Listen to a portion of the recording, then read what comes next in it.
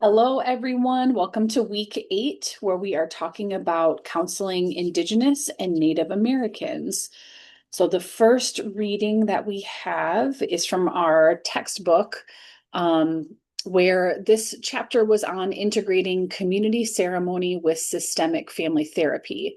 So, ultimately, what this chapter did was explored how a therapist partnered with a Native family and elders to co-create long intervention culminating in a naming ceremony for a 14-year-old boy named pseudonym John experiencing depression, identity confusion, and suicidal ideation.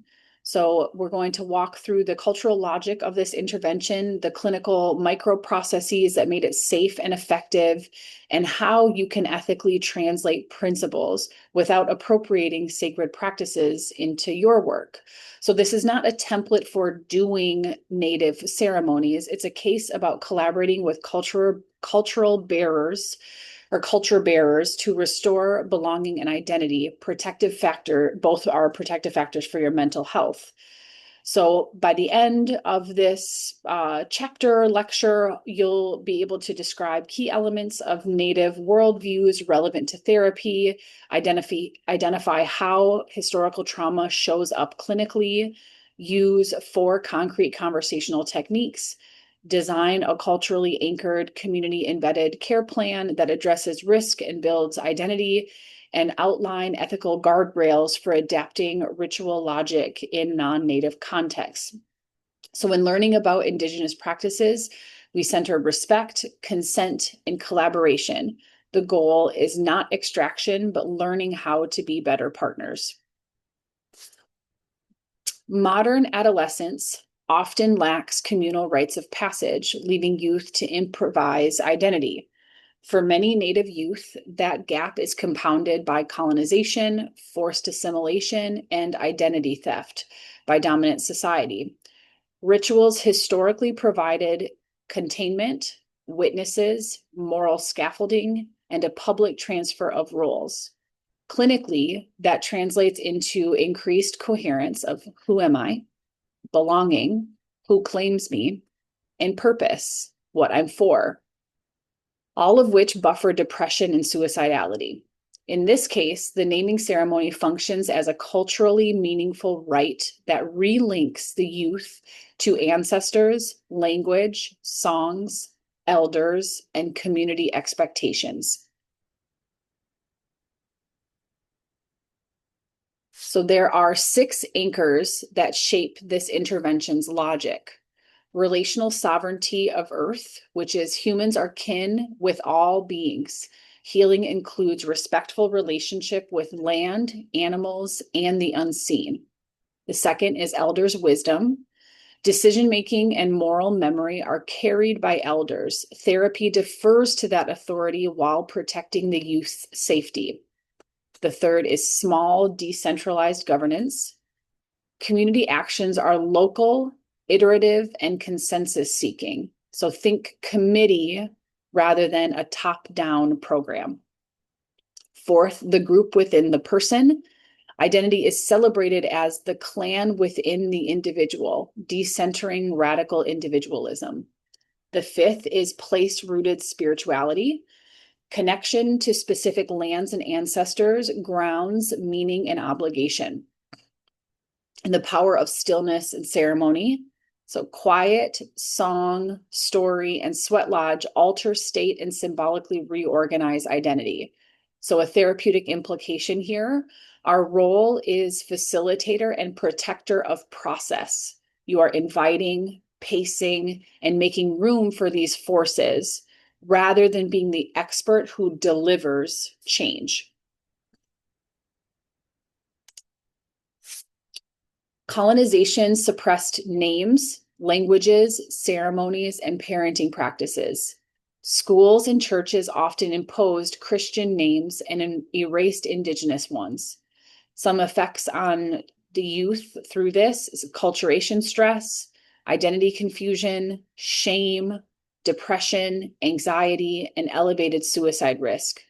Conversely, participation in language, song, ritual, and elder relationships predicts better self-esteem, social competence, and lower helplessness. In practice, you want to assess both harm, things such as loss, stigma, lateral violence, and resources, things like tribal ties, ceremonies, elder mentors, and language access. So this four conversational moves that you can use in your technique toolkit: completing the circle, a concise cue like complete the circle. When judgment appears, you're inviting self-injury. What in me is activated?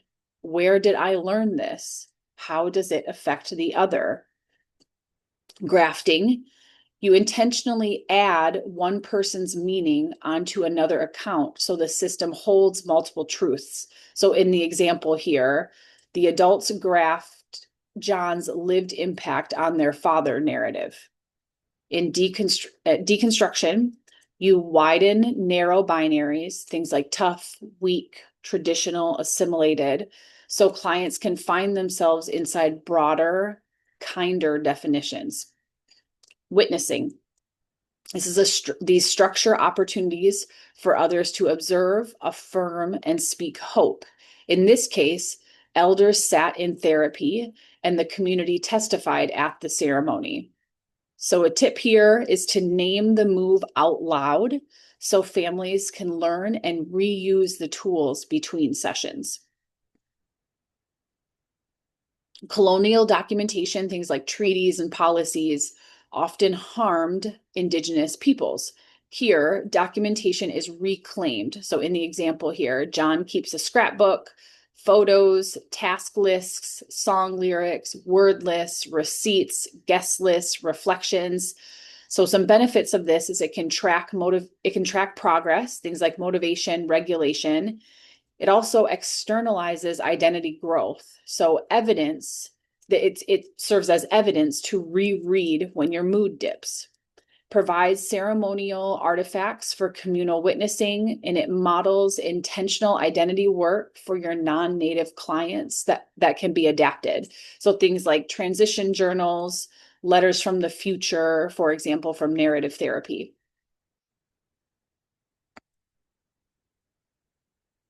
So coming back to the example in the textbook, the ceremony was held outdoors near the uncle's home. There were about 40 attendees. There are mostly tribal members, plus a few non-native peers. So in the sweat lodge, there were 4 rounds with songs, prayers, story. John sat west looking east, a non-native friend honored as a rock carrier, which was bridge building. There was public naming, so the elders prayed, community sung, the uncle recounted John's year, an eagle feather was bestowed, then his name is called out, peers led John in a circle run, which all embodied acceptance and activation. And there was feast and witnessing. The guests lined up to shake hands. They viewed the scrapbook, shared observations, encouragement, and how they themselves were changed. So the meaning here is that ceremony reorganizes identity publicly. It creates social memory that sticks and a network of accountability and care. So in terms of risk management and ethics, safety first. You obtain clear agreements for help seeking, document risk assessments, coordinate with caregivers, and have a crisis plan in plain language. You are gaining consent, so youth voice is central. Challenges should stretch, not coerce. Your declining tasks, like hunting, is allowed. The scope is that therapists do not independently, quote unquote, run ceremonies. You partner with culture bearers, compensate them, and follow their protocols. You are working from an anti-appropriation perspective. You do not replicate sweat lodges or sacred rites in non-native settings. You translate principles like witnessing, documentation, communal affirmation, elder mentorship, but not sacred forms. So in terms of gender and sexuality, you want to anticipate two-spirit and LGBTQ plus safety. You want to address prejudice explicitly, align with life-preserving values. And finally, power and hierarchy. You want to name these dynamics, protect against shaming, ensure elders' authority does not eclipse youth well-being. Here you could ask, what are your people's rites of passage? If they're not known, you can co-create culturally congruent versions with community leaders. Some adaptable components, enactments over time that rehearse the future role, things like service, skills, language, arts, a documentation of growth, witnesses chosen by the youth, things like kin, mentors, faith leaders, public affirmation moment. You can have letters, a blessing, an oath to community values, a feast and celebration with call and response testimony. So some examples here: faith confirmation redesigned with youth-led service products, Black family rites of passage drawing on elders and history, immigrant families blending diaspora rituals with local community service. So first, cultural ritual assessment. You want to ask about ancestry, ceremonies, elders, languages, and wounds, map harm and resources. Then you risk plan, looking for suicide safety plans here, caregiver roles, and also a check-in cadence. How often should you be doing that? Then moving to coalition building, identify elders and culture bearers, clarify roles, boundaries, and compensation. You co-design enactments. So these are smart, like SMART goals or SMART objectives that you've learned in other classes. These are varied in terms of language, story, service, art, play, paced to the youth. You want to build in opt-outs. Therapy track. Use the 4 techniques that we talked about earlier: repair harmful narratives, widen identity options, and celebrate micro wins. Documentation, you want to journal, scrapbook. These can include recordings, and schedule a show and tell. There's also a public right. So you want to talk about logistics, accessibility, trauma-informed pacing, and have clear roles for witnesses and responses. And then there's aftercare. So you can debrief, maintain mentorship, plan the next role or responsibility for others. So rituals do not replace therapy. They deepen it when co-created with people who hold them. Your task is to become a respectful governor of relationships within families, with elders, and across community, so that identity and belonging can do the quiet, powerful work that symptom-focused care alone cannot. That's the end of that chapter. Then we read a chapter on letting my spirits guide me, multicultural and multiracial legacies. So here we learned about the author and how she positions her identity as living history. That embodied, her living history is embodied, it's spiritual, and it's political. She names spirits that carry legacies. So peace in her indigenous identity, survival and strength through the African diaspora, and shame through the colonizer legacy, and a protective goddess warrior, a capital S self-led voice that studies and guides. Her story is not just a personal narrative, it offers clinically useful metaphors for clients navigating multiple worlds. Garcia Prado does not sanitize history. She claims both the oppressor and the oppressed. This creates moral ambivalence, shame alongside gratitude for survival legacies. Clinically, you want to invite clients to name ambivalence and transform it into ethical responsibility and compassionate action. So context matters. The military offered stability and benefits, yet reproduced racialized hierarchy. Mobility amplified loss of place and peer continuity. Family solidarity became protective. You can do this by mapping context in genograms like ranks, moves, losses, and illustrate structural stressors. A white woman's touching her hair without consent captured racial and ethnic dehumanization. Her father's bilingual confrontation models boundary setting and rapid systemic problem solving, such as requesting a transfer. Here you want to invite, I want to invite you to notice safety planning, advocacy, and the meaning of decisive moves in family resilience. Inside the family, sexism constrained freedom. She cultivated micro resistances like school clubs, study visits, sneaking out. So she was testing autonomy while preserving attachment. So in therapy, you can validate protective functions of rule bending as developmentally adaptive and amid restrictive contexts. Marginality served as a safe vantage point.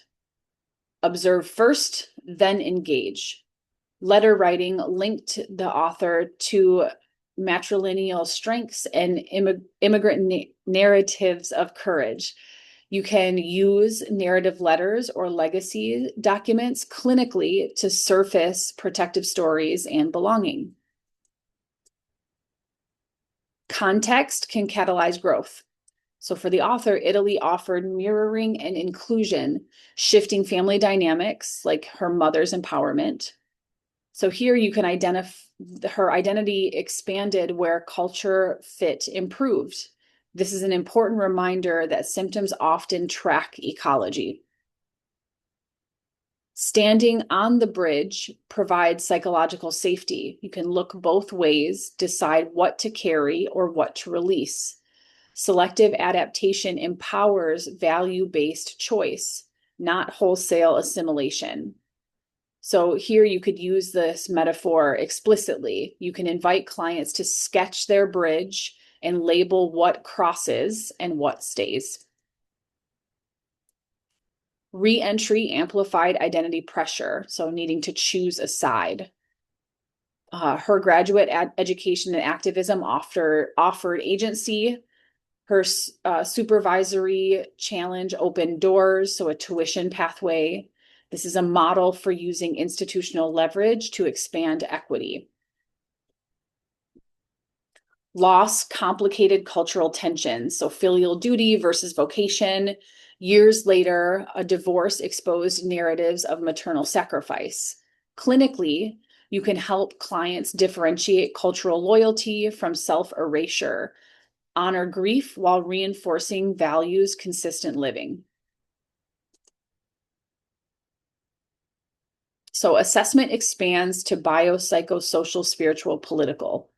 You want to elicit survival lineages. So the example here, grandmother's stories. You want to identify oppressive scripts and co-author liberating counter stories. Spiritual metaphors like goddess warrior can anchor capital S self-leadership and compassion. So a sample prompt here could be, from which ancestors do you draw strength? Where do shame and pride both live in your story? On your bridge, what crosses with you now? What waits until later? So you could use poetry or letters to ancestors to externalize and befriend ambivalence. So some key takeaways here. The first is to hold multiplicity, resist premature simplification, and translate biography to clinical stance. So having a stance of curiosity, humility, and concrete tools that protect dignity and choice. All right, our next reading, The Trouble with Trouble, Why Good Intentions in Business Can Rarely Move Power Holders and What to Do Instead. So here you'll hear me refer to dominant groups. So for example, men, white people, non-disabled people, straight cis folk, and subordinated groups. For example, women, people of color, disabled people, LGBTQ folks. So in this chapter, it has a puzzle. Even committed DEI leaders feel stuck because dominant group members rarely see privilege as their issue. So two common strategies, the moral appeal or tin cup, we'll talk about that, and the business case produce short-term fragile gains. The chapter calls for a third path, fostering genuine ownership where those with power can see the problem and solution as theirs. So this chapter opens with the HR leaders who've delivered wins yet feel stalled. They recognize that culture changes when norm setters change, and those norm setters are overwhelmingly from dominant groups. The friction point is getting those leaders to treat privilege as a permanent personal issue, not a side project or a favor to others. First, many simply don't encounter evidence of privilege or social costs deter others from naming it. Second, insulation. Even if they see them, they seldom feel it. Third, the personal responsibility lens reframes systemic patterns as individual merit or shortcoming. So there's no, quote, no system to address. Loss aversion shows up as resistance to redistributing resources or status. Some hold explicit prejudices and see challenges to hierarchy as naive. Many more are afraid of saying the wrong thing, being judged, or being seen as traitors by their in-group. The tin cup approach depends on generosity and stable feelings. When pressure rises, generosity contracts. It also codifies hierarchy, givers and receivers, clashing with cultural ideals of autonomy and fueling stigma for those helped. We reliably sustain responsibilities we own, like family, not errands of virtue. Moral self-image won't carry people through the discomfort of systemic change. Without ownership, the work is always optional. The business case can unlock resources and attention briefly, but it treats equity as a means to profit. When conditions change, leaders can pivot away or worse, exploit inequalities if that appears more advantageous in the short term. Short-lived efforts often leave organizations worse off. Expectations spike, then collapse. Skepticism hardens, especially among those most affected by inequity, and future initiatives face a legitimacy deficit. Ownership reframes equity as a constitute of our integrity, culture, and performance. It's not a donation nor a tactic. It's part of what it means to belong here. We attend to the way we attend to safety, ethics, and fiduciary duty. Leaders articulate why this matters for them and their unit, not generic values talk. Then they wire equity into this operating systems, things like standards, reviews, gating criteria, default processes, and resource flows. Language both reflects and shapes commitment. Make equity part of identity and craft, something we take professional pride in and assess ourselves against, not an add-on. Use audits and shadowing to see who benefits and who loses in current workflows. Tie outcomes leaders already care about to equity metrics. Train for courageous conversations and make repair visible. Identify influential culture carriers who model ownership in practice. Tailor countermeasures. Show localized data and stories. Frame equity as raising the bar for everyone. Sequence asks to build efficacy and reduce fear. Publish a durable roadmap with visible milestones. So here, just offering a reflection or pause for you. You can name concrete decision where privilege shows up. Things like hiring, evaluations, meetings, scope control. Identify one leverage point you can rewire that would involve you. So you can ask yourself things like, where do I benefit from the status quo? Where am I insulated? What parts of this work do I own, regardless of my mood or workload? Who experiences the downside of my current decisions? So think about this in any roles where you have power and influence. And one obvious role of that is you being in this program and eventually becoming a therapist. Even if you are not high in the hierarchy in your job, in that therapeutic role, you are in power. So some takeaways here, wanting you to remember why good intentions and ROI alone fade. Ownership as a durable engine and the need to institutionalize standards, structures, and stories that sustain efforts. Those are the main takeaways from this reading. Then our last reading of the week is identifying effective interventions for American Indians and Alaska Natives. So why do we focus here? Why this matters?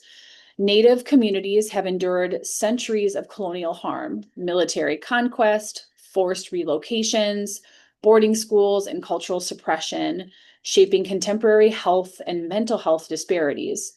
Within the U.S. healthcare system, the Indian Health Service, or IHS, bears a federal trust responsibility to provide care, and administrators increasingly look to evidence-based practice, or EBPs, to allocate resources and set standards. The authors argue we must critically appraise the available intervention evidence specifically for American Indians and Alaska Natives populations. They warn that without population relevant evidence, importing EBPs or evidence-based practices carries risks, cultural misfit, limited external validity, and further marginalization of Indigenous knowledge systems and traditional healing. EBP here refers to treatments supported by rigorous outcome research, ideally randomized controlled trials, or RCTs, demonstrating efficacy and effectiveness. The movement distinguishes between efficacy, which is a study done in tightly controlled trials, and effectiveness, which is a study done in real-world settings. So a key tension is internal validity versus external validity of these two approaches. For American Indians and Alaska Native communities that are culturally heterogeneous and often small and sovereign, external validity is paramount. The authors emphasize that the absence of randomized controlled trials with American Indians and Alaska Native participants means we cannot simply assume transportability of effects from non-native samples. So the authors conducted a literature search for mental health intervention outcome studies specifically targeting American Indian and Alaska Native populations. They screened articles and chapters attentive to measurable outcomes. Out of 56 identified publications concerning treatment for American Indian and Alaska Native mental health problems, only a subset assessed outcomes. Of those, only 2 controlled studies had adequate sample sizes and interpretable findings suitable for identifying EBPs. The larger body comprised descriptive program reports, uncontrolled pre-post design, case series, and qualitative accounts, valuable for context, but limited for claims of causal effectiveness. The evidence base was sparse. Most publications described programs or reported clinical experience without rigorous outcome evaluation. 9 studies assessed outcomes, only 2 were controlled with adequate power. This leaves substantial uncertainty about which manualized or adapted interventions reliably benefit American Indian and Alaska Native clients. Areas covered included depression, substance use, trauma-related concerns, and more. But the modal contribution was descriptive rather than causal. The bottom line that in 2007 was that there was no robust generalizable, evidence base to name gold standard psychological treatments for American Indian and Alaska Native mental health across conditions. So why so little rigorous evidence? There were several factors. It was small, dispersed, heterogeneous populations across 574 plus federally recognized tribes that hinder large N trials. Sovereignty and mistrust complicate external resources or researchers' access. Ethical and cultural constraints may conflict with randomization. Funding streams rarely prioritize tribally grounded, community-partnered trials. Existing RCTs in mainstream settings often exclude American Indian and Alaska Native participants or lack subgroup analyses. Cultural misfit of standard measures and outcomes, and an over-reliance on imported models instead of community-defined evidence. So the authors caution that the EBP push risks privileging what is easy to study over what is culturally valid and trusted. So some implications. Imposing EBPs validated elsewhere can A, fail to fit local beliefs and healing logics, B, undermine traditional healing, and C, further marginalize Indigenous knowledge. Yet clinicians still must act. The pragmatic stance is to combine the best available evidence with clinical expertise and client community preferences, foregrounding cultural safety and humility. You want to use careful measurement to generate practice-based evidence locally, collaborate with elders and culture keepers, and prefer adaptations that emerge from community co-design rather than top-down translation.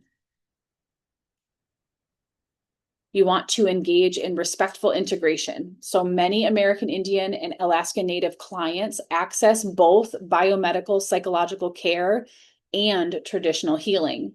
Clinicians can, 1, map a client's healing ecology, things like family, clan, ceremony, healers, church, clinics.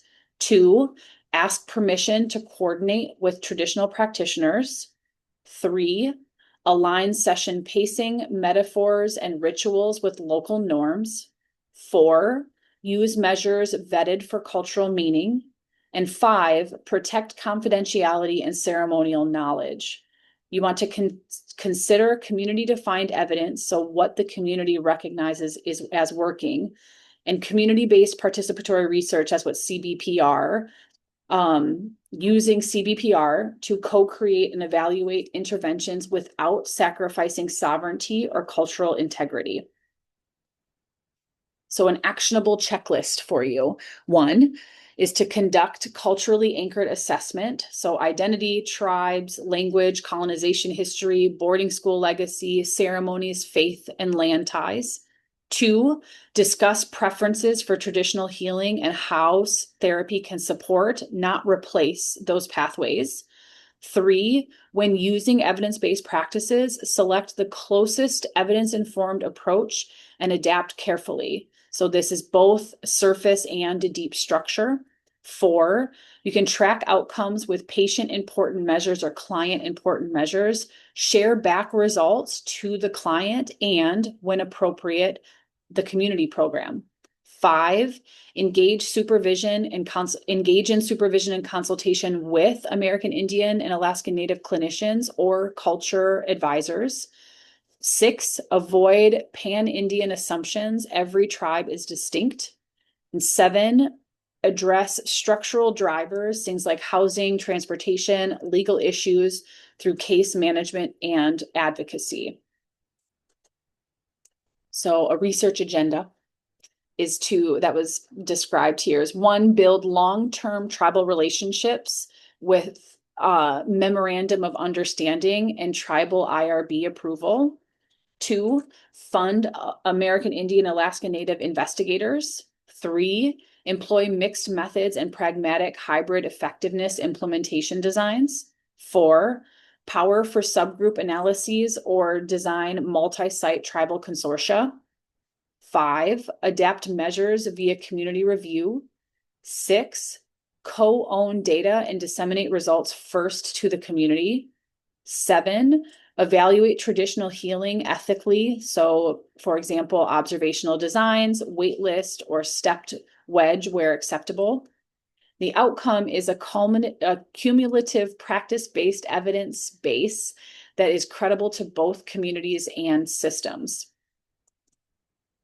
So some places to reflect here.